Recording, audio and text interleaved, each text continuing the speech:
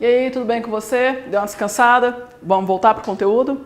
Vamos falar agora do direito empresarial. No direito empresarial eu trouxe para vocês sociedade e alguns títulos de crédito.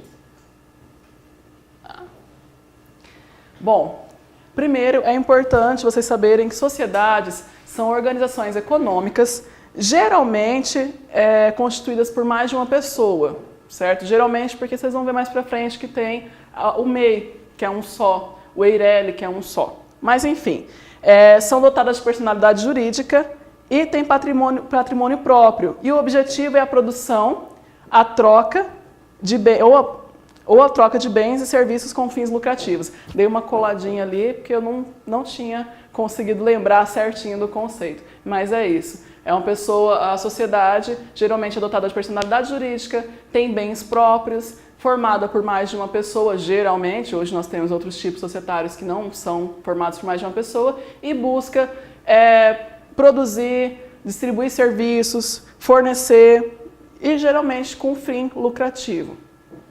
Tranquilo? E aí dentro dos tipos societários, vocês vão ver, se vocês forem fazer pesquisas, que existem, eles classificam geralmente 8 ou mais tipos societários. Eu trouxe para vocês alguns e vou explicar que alguns tipos que eles colocam como tipo societário, na verdade não é um tipo societário, é referente ao porte da empresa. Mas eu trouxe para vocês o que mais a gente usa, né, no direito empresarial, que vocês mais vão ver nas empresas por aí. Um deles é a sociedade empresária limitada. Normalmente, a sociedade empresária limitada ela é relacionada à exploração de atividades econômicas de pequeno e médio porte. É uma empresa, assim, não tão pequena, mas não tão grande como, sei lá, como uma Petrobras da vida. Ela é um pouquinho menor. Na sociedade limitada, só um pouquinho, deixa eu só passar um slide aqui e já volto. Beleza. Na sociedade limitada, o que é o limitado? Significa que o capital social, a responsabilidade dos sócios, perdão, ela é limitada ao capital social investido. Então, o capital social ele é feito por cotas, né, como está aqui embaixo, né, o capital social, a caneta não quer colaborar, por cotas, e a responsabilidade dos sócios é limitada nessas cotas. O que significa isso, professora? Significa que se precisar, por algum motivo, ser executada a sociedade, vamos supor, o que mais acontece, acredito eu, que é uma área que eu atuo bastante, uma área trabalhista, numa ação trabalhista. Está lá, o fulano, o João, entrou com a empresa XYZ e a empresa não teve condições de pagar, a empresa estava em crise, está quebrando. Infelizmente, eu tenho visto muito isso hoje em dia, né, da empresa estar em uma condição financeira delicada e não conseguir pagar os seus créditos, né? O passivo trabalhista, vamos falar nisso mais para frente. Mas não conseguiu pagar. Aí, nesse caso, entra a contração contra a empresa e é o patrimônio da empresa que responde. Beleza? Nesse caso específico da ação trabalhista, ou quando existe má-fé ou dolo comprovado em qualquer outro tipo de ação, dolo dos sócios, má-fé, dolo dos sócios, pode acontecer o fenômeno da desconsideração da personalidade jurídica. Que nome complicado, professor, o que é isso? O que é isso? O juiz, a outra parte faz um requerimento e o juiz vai falar assim, olha, sociedade, você não vai responder mais só no limite do capital social, no limite das cotas dos sócios. Vai responder o sócio mesmo com os seus bens pessoais. Então, na ação trabalhista, que é o exemplo que eu acho mais tranquilo de trazer, se por um acaso a empresa não conseguir pagar a sua dívida, depois de passado toda a tentativa, vão tentar penhorar dinheiro, tentar penhorar bens, tentar penhorar bens móveis e imóveis, né, carro e terrenos e imóveis, enfim, afins, tentar penhorar coisas dentro da empresa. Se não recebeu de todas as formas, aí o juiz vai decretar, a outra parte o empregado vai pedir através do seu advogado e o juiz vai decretar que seja afastada a personalidade jurídica, esquece que existe sociedade e vamos atrás dos sócios. Então, a responsabilidade na sociedade limitada, ela é limitada ao capital social investido, às cotas de cada sócio, porém, essa limitação ela não é para sempre. Em algumas situações, como eu expliquei agora, no caso de dolo, má-fé, ou no caso da ação trabalhista, pode ser afastada o limitado, né? Para a existência da sociedade limitada, existe pluralidade de sócios. Você não consegue formar uma limitada com uma pessoa só. Tem que ser 2 ou mais sócios. E as pessoas podem ser físicas ou jurídicas. Você pode formar uma sociedade limitada com uma pessoa jurídica já existente também. E tem que ter a integralização do capital social. Ou seja, você falou lá que você vai contribuir com 50 mil reais para a empresa, você tem que integralizar aquele capital. Foi. A constituição da sociedade limitada, ela se dá por meio de contrato, que é o contrato social. Então, para você fazer uma sociedade limitada, você tem que redigir um contrato bonitinho, através de um advogado, obviamente, né? Não só puxando sardinha para o meu lado, mas também porque é quem vai ser mais qualificado, vai ter um conhecimento melhor da lei para redigir um contrato com tudo que é necessário para você formar a sua sociedade limitada da melhor forma possível. Esse contrato ele pode ser público ou privado, observando as regras do artigo 997 do Código Civil, e nele constam os interesses recíprocos dos sócios e como as outras sociedades, deve ser registrado na junta comercial. Então, nesse contrato vai ter os interesses dos sócios, vai ter qualificação dos sócios, nome da sociedade, quem que vai ser administrador, quem que vai ser responsável pela empresa, ou se vão ser os dois, se forem dois, enfim. Como que vai ser dado a retirada de dinheiro. Pode ter infinitas cláusulas no contrato regendo como que vai ser organizada essa sociedade. E para que ela seja válida mesmo, além da integralização do capital social pelos sócios, deve ser registrada na junta comercial. Deixa eu ver se eu tenho mais algum lembrete aqui para vocês.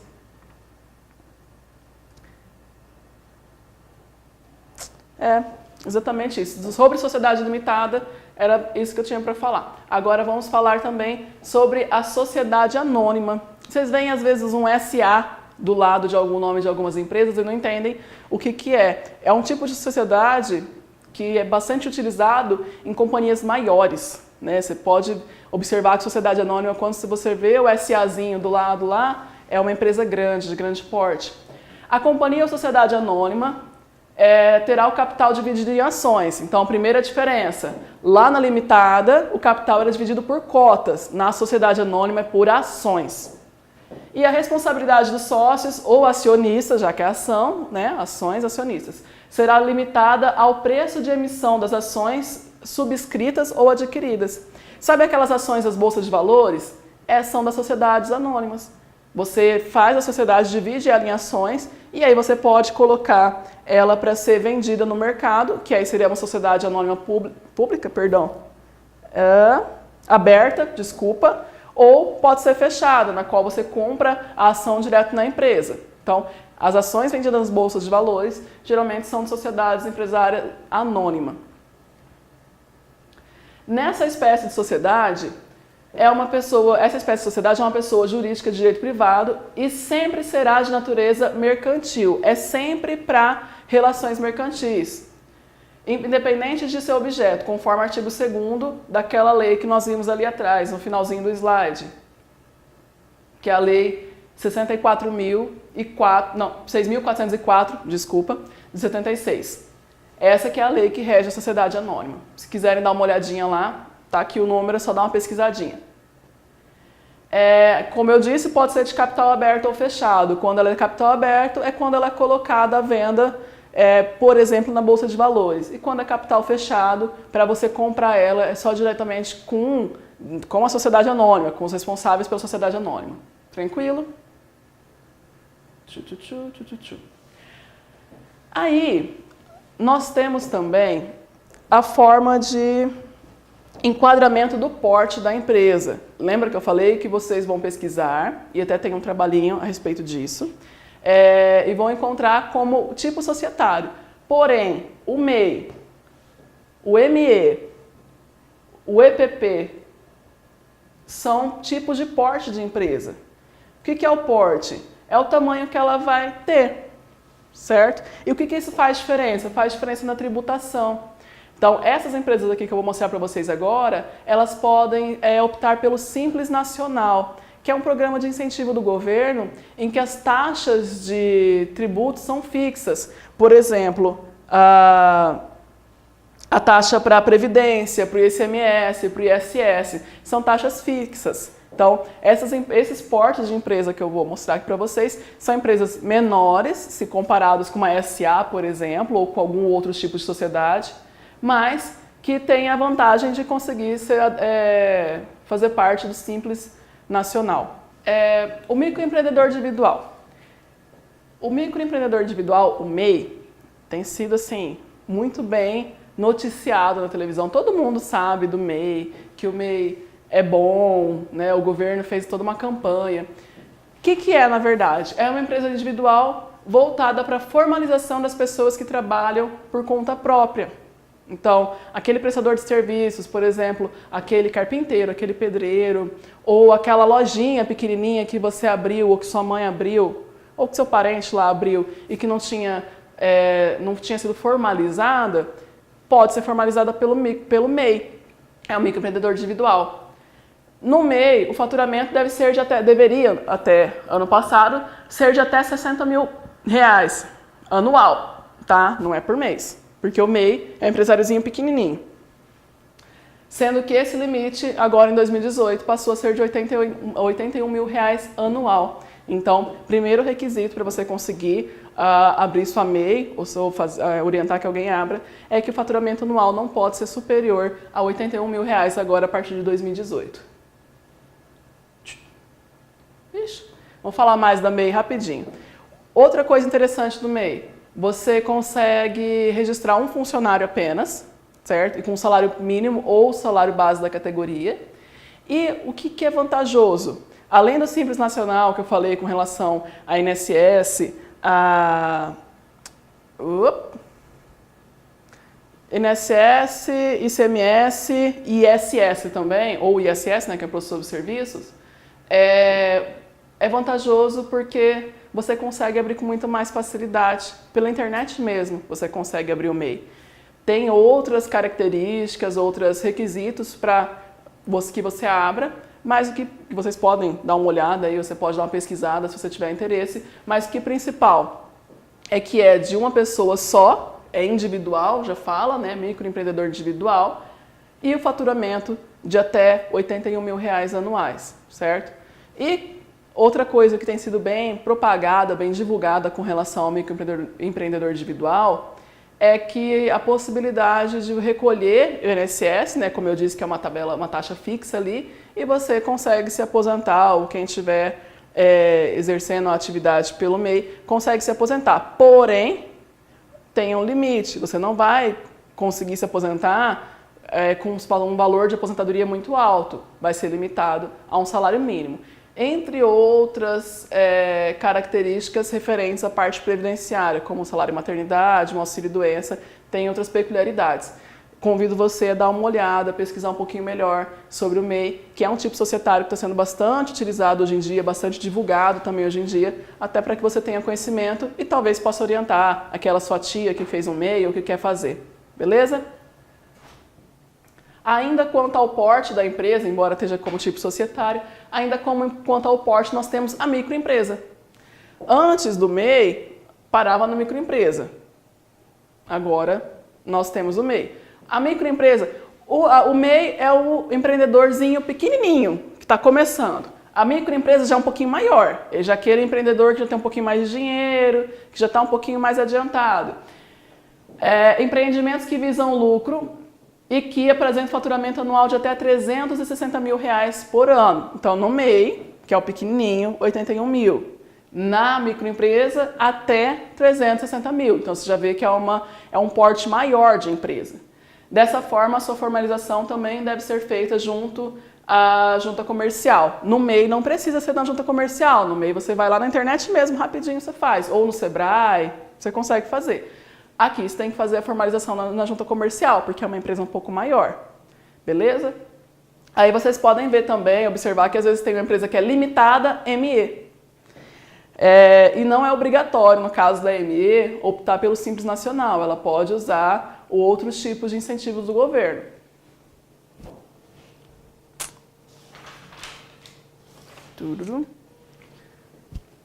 Temos também a empresa de pequeno porte, a EPP. As empresas de pequeno porte são aquelas que têm um faturamento superior, espera só dar uma colada aqui, superior a 360 mil, mas inferior a 3.600.000 reais. Então, se passou de 360 mil reais anual, mas for abaixo de 3,6 milhões, ela pode ser registrada como empresa de pequeno porte. Então, o MEI é o empresário pequenininho, o ME é o empresário um pouquinho maior, um pouquinho mais bem estruturado, que está ganhando um pouquinho mais, e o EPP já é uma empresa que já está crescendo, já está tomando uma proporção bem maior. Agora, em 2018, também foi alterado o valor e passou o limite, o teto, né, de 3,6 milhões para 4,8 milhões. Então, se sua empresa ou a empresa na qual você trabalha ou de quem você conhece tem um faturamento de até 3,6 milhões e vamos supor que ano passado, mesmo com a crise, tenha subido. Falar, putz, vou ter que mudar de empresa de pequeno porte para outro tipo societário. Não, aí fala para a pessoa ou você tenha consciência, não precisa, porque agora em 2018 mudou para 4,8 milhões o limite do faturamento. Beleza? A empresa de pequeno porte, ela segue as mesmas indicações da microempresa, ou seja, a lei da empresa de pequeno porte, a lei complementar número 139 de 2011, e que é a mesma da microempresa, ficou repetido aqui. Mas dá uma olhadinha na lei, que aí você vai tirar um pouquinho mais de dúvidas com relação à empresa de pequeno porte. É importante também que vocês saibam que dentro de uma sociedade existem direitos e deveres. Constituída a sociedade, seus fundadores passam a ter os direitos e obrigações essenciais nas condições de sócio. Então, quem estiver fazendo parte da sociedade tem seus direitos e obrigações. A lei tutela, lembra da tutela lá? Uma parte desses direitos e obrigações. Os demais, então a lei traz algumas coisas sobre os direitos e obrigações, e os demais devem ser regulamentados através do contrato ou do ato constitutivo da empresa, que deve dispor de normas próprias sobre o regime jurídico adotado. Então, tem a lei geral, que vai falar quais são os direitos e obrigações dos sócios, mas o contrato ou o ato constitutivo da empresa também pode trazer essas regras. Na verdade, também pode, não deve trazer regras para regulamentar essa empresa. Dependendo do tipo de sociedade, os direitos e obrigações dos sócios ou acionistas, lembra da SA, que é por ações, são diferentes, adequando às necessidades das variadas formas dessas pessoas jurídicas, independentemente do tipo de sociedade. Então, cada sociedade tem seus direitos e obrigações com relação aos sócios. Porém, tem alguns direitos que são essenciais. Mesmo que não estejam previstos nos contratos ou no estatuto da sociedade, os sócios têm o direito de participação nos resultados, ganhar dinheiro. Também tem o direito de votar nas deliberações sociais. Quando for um tipo de sociedade que permite essa situação, também tem o direito de votar.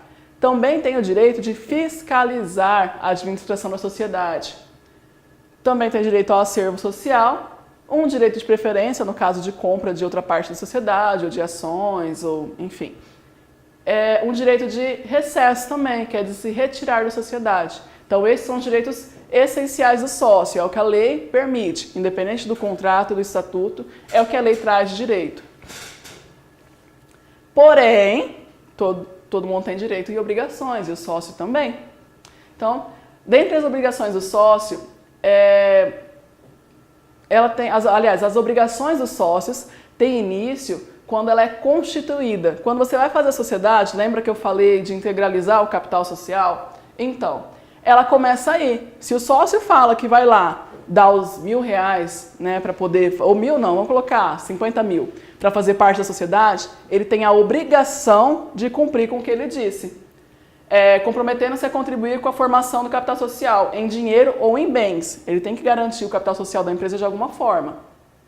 Caso ele não faça a integralização do capital social, caso ele não pague a parte dele da sociedade, na forma e no prazo ajustado, né, conforme foi combinado, o sócio será considerado remisso, ou seja, vai ser retirado da sociedade, podendo a sociedade entrar com a ação, demandá-lo judicialmente ou excluí-lo da sociedade. Então a sociedade ela pode tanto entrar com a ação para cobrar ele ou pode simplesmente tirar ele da sociedade. Outra parte que eu trouxe para vocês referente ao direito empresarial foram os títulos de crédito, que é bem utilizado. O título de crédito, ele é um documento formal com força executiva. O que é a força executiva, professora? É um documento que você tem, que fala que tem uma dívida, tem um valor para ser recebido, e que você pode chegar na porta do judiciário e falar, olha, tá aqui, eu tenho esse documento, tá devendo, fulano de tal tá me devendo esse valor, ou a empresa tal tá me devendo esse valor, eu quero receber. Então, essa é a força executiva, você consegue executar o título, você consegue receber o título. Representativo de uma dívida líquida e certa de circulação, desvinculada do comércio que o originou. E subdividem-se em títulos cambiais e apenas títulos. Não vou também entrar muito no assunto para falar quais que é a diferença de títulos cambiais e títulos. Mas o que é importante que vocês saibam, que ele é um documento que tem uma dívida certa, não adianta vai depender do valor da soja. Então já não tem força executiva, tem que estar lá. É R$8.000? É R$8.000. Né? Pode crescer juros e correção, mas é R$8.000. Então líquido e certo. E desvinculado do comércio, porque quando você emite ele não fica vinculado àquela atividade que originou. Vamos supor uma prestação de serviços. Você emitiu um cheque para pagar um prestador de serviço. Aquele cheque vai ser executado, caso não tenha fundos, ele vai ser executado independente do tipo de serviço que originou ele. Né? Então, ele fica desvinculado do comércio, fica desvinculado da atividade que originou. E aí, nós temos, dentro dos títulos de crédito, o cheque, a promissória, a duplicata e a letra de câmbio. Trouxe para vocês a letra de câmbio e a duplicata, porque são os títulos que são menos conhecidos. Cheque e promissória, todo mundo já assinou um, já viu um, já recebeu algum. Então é mais fácil de vocês conhecerem, saberem. A única coisa que é importante, que eu já vou dar de dica para vocês, como a advogada falando, não só como a professora, não tenham rasuras nos títulos de crédito, principalmente no cheque, na duplicata. A assinatura tem que estar certinha. E sabe aquele negócio do cheque de colocar bom para na frente? É considerado rasura e você pode perder a força dele como título executivo. Então, se for fazer isso, se você trabalha assim no seu comércio, ou se você conhece alguém que usa dessa forma, não coloca lá.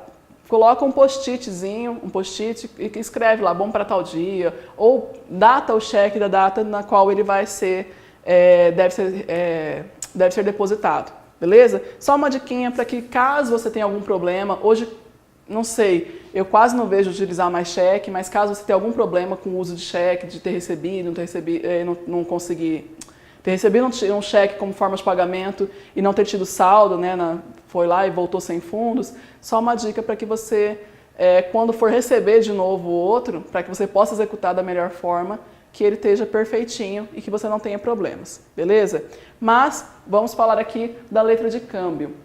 Letra de câmbio é uma ordem de pagamento sacada por um credor em favor de terceiro ou de um sacador. Que confuso, né? Letra de câmbio, na verdade, ela é uma ordem de pagamento à vista ou a prazo. É parecida com um cheque, bem parecida, só que está lá escrito letra de câmbio e ela é geralmente utilizada em operações bancárias, operações financeiras. É como se você fosse falar para o fulano assim, vamos supor que eu estou devendo a Casa Bahia, digamos lá, e eu quero uma letra de câmbio, vou lá no banco, faço um empréstimo, e eu falo assim, me dá uma letra de câmbio em favor da Casas Bahia para que eu possa pagá-los. E aí eu passo a dever o banco e não a Casas Bahia. É mais ou menos essa a ideia da letra de câmbio. Ela é geralmente utilizada para operações de crédito entre financeiras e comerciantes. Beleza? Aí dentro da letra de câmbio, o que é importante que vocês saibam? Quem que é quem? O sacador é aquele que emite a letra de câmbio. Então, o banco que foi emitir a letra de câmbio é o sacador. Sacado é aquele que deve. Então, eu, Camila, empresária, peguei uma letra de câmbio sei lá, do Banco do Brasil. Eu sou a sacada. Aceitante é o sacado que aceita a letra de câmbio. Então, eu aceitei, né, recebi aquela letra de câmbio, eu sou aceitante. Tomador é o beneficiário da ordem, que pode ser o terceiro ou o sacador. Então, tanto quem emite a letra de crédito, a letra de câmbio pode receber de mim, quanto um terceiro. Posso passar essa letra de câmbio para outra pessoa receber. Então, vamos supor que o Banco do Brasil venda a minha letra de câmbio ou, né, passe para a Caixa Econômica receber. Beleza? Dá uma pesquisada um pouco mais sobre letra de câmbio, se você teve curiosidade, para você entender um pouquinho melhor. A duplicata. Se você já teve contato com o comércio, ou se conhece alguém que seja comerciante, você já ouviu a pessoa falar, putz, eu tenho que pagar aquela duplicata. E ficar preocupado. Sabe, mas como assim pagar duplicata? Eu tinha essa dúvida, minha mãe é comerciante. E aí, hoje eu sei que a duplicata é o documento que ela se origina da fatura, da nota fiscal, da fatura gerada com a compra ou com a prestação de serviço. Então, a partir do momento que foi gerada, extraída a fatura, o devedor pode sacar uma duplicata correspondente para circular como título de crédito. Então, ele vai falar assim, olha, esse valor da fatura, o que você me deve, né, faz lá o documentinho falando que deve. Lembra mais ou menos uma promissória? Não, vamos lembrar um pouquinho mais como uma promissória, mas ela vem, geralmente tem a nota fiscal, ou a notinha ou a fatura lá emitida, e embaixo tem a duplicata para sacar, ou faz uma duplicata à parte, no valor da dívida. E geralmente ela é utilizada em operações de compra e venda de mercadoria ou de prestação de serviços. O importante da duplicata tem que ter uma fatura, tem que ter uma nota fiscal ou uma faturazinha, beleza? Por fim, vamos falar dos contratos mercantis, que são os contratos celebrados entre dois empresários. E eles podem ser compra e venda mercantil, né, que é meio óbvio, que é a compra e venda realizada entre empresas. Contrato de colaboração. A comissão é um tipo de contrato de colaboração, você pagar a comissão para alguma outra empresa. Vamos supor que eu tenho um mercado e a Coca-Cola quer que eu disponha dos produtos, disponibilize os produtos dela para os meus clientes e faça propaganda, e aí vai me pagar uma comissão por isso. Também é um tipo de contrato mercantil. A representação comercial também cabe nessa questão da Coca-Cola. Ao invés de eu receber comissão, eu represento eles e, sei lá, tem algum desconto, alguma coisa nesse sentido. Tem a concessão mercantil, tem a franquia. Sabe a Cacau Show, por exemplo? Ela é uma franquia. É um contrato mercantil. Tem lá a principal e os demais no Brasil inteiro são franqueados. Assim como tantas outras franquias nós temos por aí.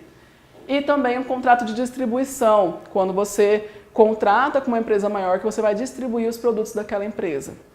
Beleza? São os tipos de contrato mercantis.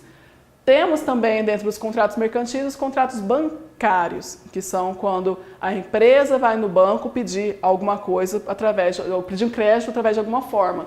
Temos o mútuo bancário, o desconto bancário, a alienação fiduciária.